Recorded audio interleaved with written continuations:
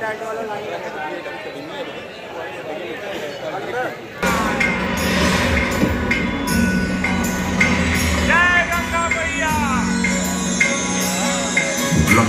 के अनंत विस्तार से लेकर पृथ्वी की सीमित परिधि तक हर चीज अपने केंद्र की ओर आकर्षित होती है।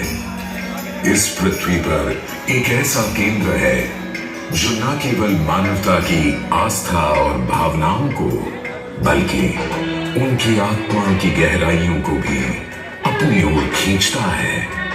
महाकुंभ क्या है वह शक्ति जो हम सबको एक सूत्र में बांधती है?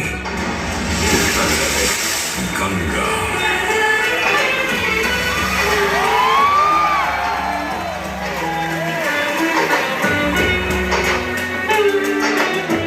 किंतु गंगा क्यों? क्योंकि गंगा कोई नदी नहीं है, आस्था की अविरल तरल धारा है गंगा। विश्वासों की वाहिनी, संस्कृतियों की सरिता है गंगा। और इस स्थान पर, इस प्रयागों के राज में श्वेत रंगा गंगा का संगम होता है अपनी दो बहनों श्यामल वर्ण यमुना और अदृश्य सरस्वती से। और इस त्रिवेणी संगम के कारण ही यह जगह इतनी महत्वपूर्ण हो जाती है। गंगा के उद्गम के बारे में जो पौराणिक कथा प्रचलित है वो बड़ी ही रोचक और मनमोहक है। तो आइए क्यों ना आज हम आपको गंगा अवतरण की कहानी सुनाएं, दिखाएं। कहानी का राजा बलि पर करता था दम, पूरी पृथ्वी पर फैला था उसका ही आतंक। उसके आतंक को रोकने विष्णु ने धरा एक रूप, 52 अंगुल का बौना बनकर पहुंचे जहां था भूत।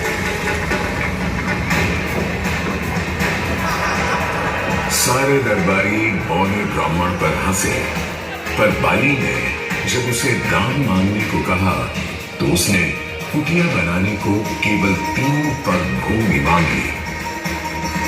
पर जब बौने ब्राह्मण ने भूमि नापनी शुरू की तो जैसे भूचाल लिया गया।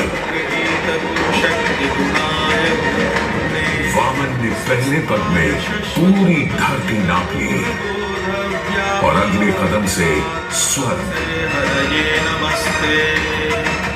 ब्रह्मा जी ने भगवान विष्णु के चरण धोकर उस जल को अपने कमंडल में भर लिया। और अब वामन अवतार ने अपना तीसरा पग बलि के सिर पर रख उसे पाताल लोक भेज मुक्ति दे दी।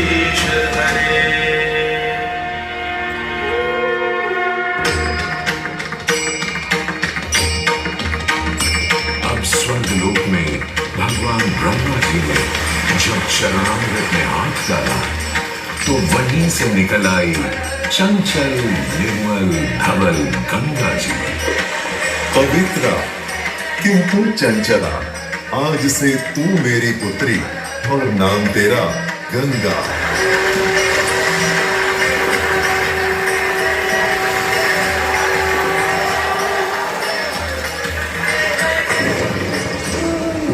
कुछ समय बाद सतयुग में इक्ष्वाकु कुल के सूर्यवंशी राजा सगर ने सारे संसार को जीतने के लिए एक अश्वमेध यज्ञ का संकल्प किया।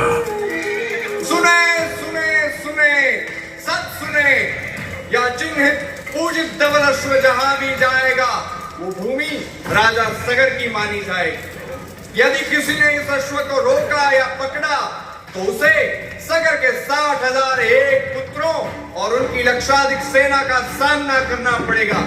सुने सुने भूलोक में सगर का अश्व अजेय अपराजेय बढ़ता जा रहा था और स्वर्ग लोक में बढ़ती जा रही थी देवेंद्र इंद्र की दुविधा। डरकर वो अश्व को रोकने की युक्ति लगाने लगे। इंद्र ने राजा सगर के उस घोड़े को चुरा लिया और छल से महर्षि कपिल के आश्रम में बांध दिया। घोड़े को खोजते हुए राजा सगर के 60,000 पुत्र महर्षि कपिल के आश्रम में पहुंचे। वहां घोड़े को बंधा हुआ देख क्रोधित पुत्रों ने कपिल मुनि को घोड़ा चोर समझा और उन्हें अपशब्द कहने लगे। वाचाल कुमारों, यदि कपिल ऋषि ने खोली आंख तो तपस की योगाग्नि से जलकर तुम सब हो जाओगे राख।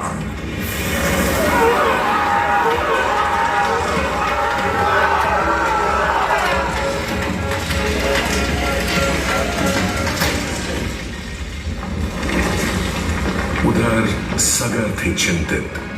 न अश्व का पता था, न पुत्रों का कोई समाचार। पिता का दुख देख पुत्र अंशुमन चल पड़े खोज पर। जब महर्षि कपिल के आश्रम पहुंचे तो देखा अश्व को और साथ ही अपने 60,000 भाइयों की भस्म को। महर्षि से की क्षमा याचना और पूछा तर्पण का उपाय। तुम्हारे भाई थे घमंडी, अविवेकी और अभिमानी। भस्म कर दिया उन्हें मैंने, जो उन्होंने मेरी नहीं मानी। गंगा जल, केवल गंगा जल ही दे सकता है मुक्ति उन्हें, जो भस्म हुए तुम्हारे परिजन। अंशुमन को अपने भाइयों के तर्पण के लिए गंगा को लाने का बहुत मन था, किंतु किसी को राजधर्म भी तो निभाना था और राज भी चलाना था। देखते देखते 7 पीढ़ियां गुजर गईं, पर 7 पीढ़ियों के बाद समय आने पर राजकुमार भगीरथ ने राजा बनने से साफ मना कर दिया।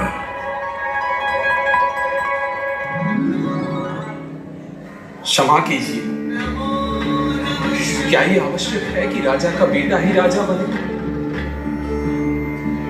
मैं पहले तपस्या करूं और फिर ब्रह्मा से गंगा को मांग कर पृथ्वी पर ले आऊं और फिर उनके पावन पवित्र जल से अपने 60,000 पूर्वजों का तर्पण करूं। पल दिन वर्ष बदले, ऋतुओं की हवा बदली, नदियों के किनारे बदले, किंतु नहीं बदला भगीरथ का संकल्प, गंगा उदरण। ब्रह्मणे ब्रह्म विज्ञान तत्त्वोदधि विधायिने ब्रह्म तत्त्वादधि शोणा। पुत्र भगीरथ, हम तुम्हारे तप से प्रसन्न हैं। बताओ क्या आशीर्वाद चाहिए? हे भगवान, मेरे पूर्वज के तर्पण के लिए मुझे आपकी पुत्री गंगा चाहिए। तथास्तु, किंतु यदि गंगा स्वर्ग से सीधे धरती पर गिरी तो पृथ्वी को चीरते हुए गंगा सीधे पाताल में पहुंच जाएगी। इसलिए तुम भगवान शिव शंकर को मनाओ ताकि गंगा जब स्वर्ग से नीचे उतरे तो वो उसे अपनी जटा में। बस इतनी सी बात? ठीक है, ब्रह्मदेव से कहो शिव तैयार है, आने दो गंगा को, आने दो। जय शिव शंकर, जय करुणाकर, जय जय जय करतार, जय जय जय शशिशेखर, जय मयूर, जय जय जय नागार, जय त्रिपुरारी, जय मदहारी, अमित अनंत अपार, जय गुण जय जय सर्वत्र नाम है, निराकार साकार हरि, पार्वती पति हर हर शंभो पारि पारि नाथ, जय रामेश्वर, जय नागेश्वर, वैद्यनाथ के नाथ हरि, मल्लिकार्जुन सोमनाथ, जय महाकाल उद्धार हरि, जय देवकेश्वर, जय विश्वेश्वर, भीमेश्वर जगतार हरि, नीलकंठ जय भूतनाथ जय मृत्युंजय अधिकार हरि, जय शिव शंकर, जय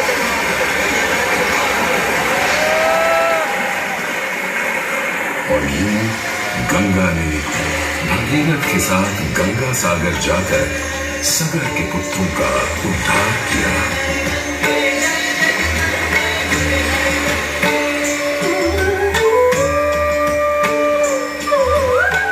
साथ ही वह भारत की सबसे महत्वपूर्ण नदी बन गई, जिसका भारत के जीवन में धार्मिक, आर्थिक, सामाजिक, ऐतिहासिक अभिदान अनंत है। हे मां गंगे, हे जगदम्बे, हे मां गंगे। दाक्षायणी गंगा का यमुना और सरस्वती के साथ त्रिवेणी संगम मोक्ष का संगम है।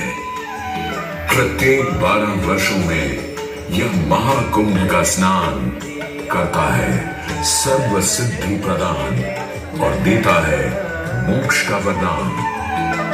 हे मां